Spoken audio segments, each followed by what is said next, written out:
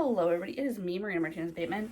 I am the CEO of New Coyote Consulting, and this is the Tuesday update. As you can see, it's dark outside. It's almost 8 p.m. I'm still in the office. As we move into our busy season, fourth quarter is always our busiest season of the year. As we move into our busy season, I find myself feeling overwhelmed, feeling like there's one thing, the next thing, the next thing, the next thing.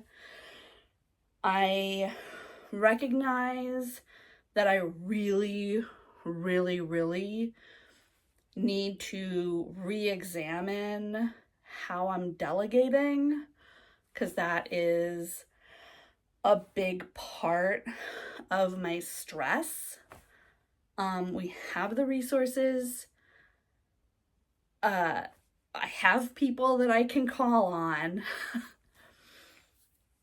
And also, when I keep going from like thing to thing to thing to thing without any downtime, or without the downtime I require, I want to be clear, like I have downtime. I'm not working that much.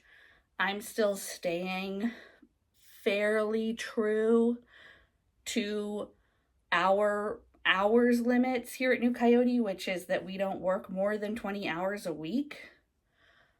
I went over by like 3 hours a couple of weeks ago, but it seems like what happens for me right now is that my weeks are really front loaded.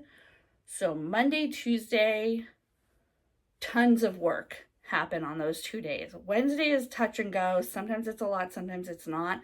And then by Thursday, Friday, I'm like, okay. But I'm also exhausted from the beginning of the week, so it's not like I can move some stuff onto Thursday, Friday from the coming week, right? I'm also frequently, by the time it gets around to Friday, I have maybe 2 hours left in my schedule. So I have to, I'm delegating at the last minute. I'm cutting things that are internal things that should be happening, but like don't need to happen right now, right? Like there's just,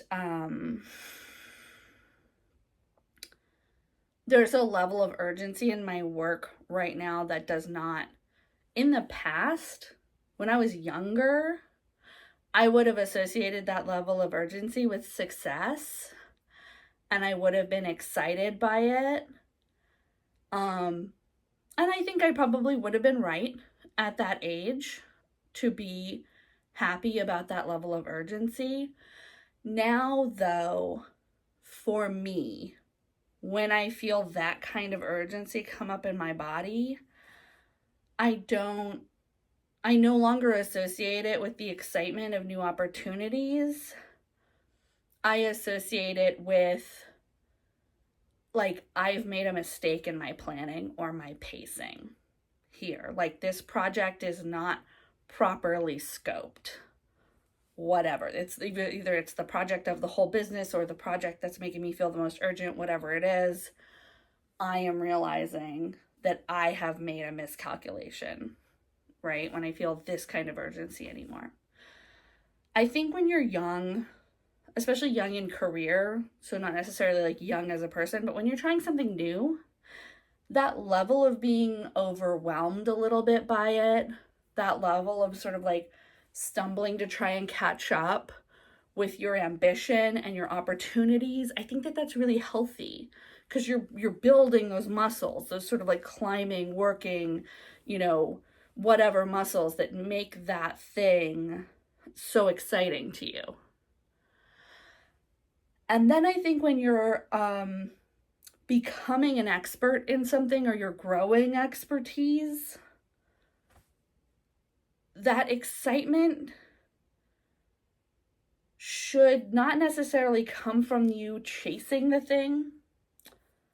It should come from you seeing the thing sometimes outpace you. And those feel really similar, right? Either way, you are going after something that's larger than yourself, right? I will never know everything there is to know about management, about business management, about communications and consulting. That's one of the things that make this field so exciting to me. I was talking about it last year. It kind of feels like it's been a year. Last week, about the process, the RFP process with the government. There's always going to be something that I don't know that I get to learn. That is exciting. And also, one of the more exciting things that I find myself sort of like encountering as a person who's done this for a long time is I find myself very excited by the developments in the industry and the field that either didn't exist before, like when I got here, that like it's really special when I had a hand in that development. Like I was the digital lead for the AFTRA side of the SAG-AFTRA merger back in 2012. And that was an amazing campaign, and it was a fun campaign, and it was an exciting campaign, and it was a very, very successful campaign. And we merged SAG and AFTRA to become SAG-AFTRA. And last year, when SAG and AFTRA were on strike, like this was the scenario that we merged the unions for, when all of the actors and the radio announcers and the singers and the variety acts and video game voiceover people and everyone, when they could effectively strike together and actually get actionable changes for working actors. Like that was what we planned for. That was what we worked for. That was our strategy on the long term. And then it was successful. Like that's what I mean when I say that I get excited when I see the industry outpacing me, right? I no longer work there. I haven't worked there since 2012, 2013, actually.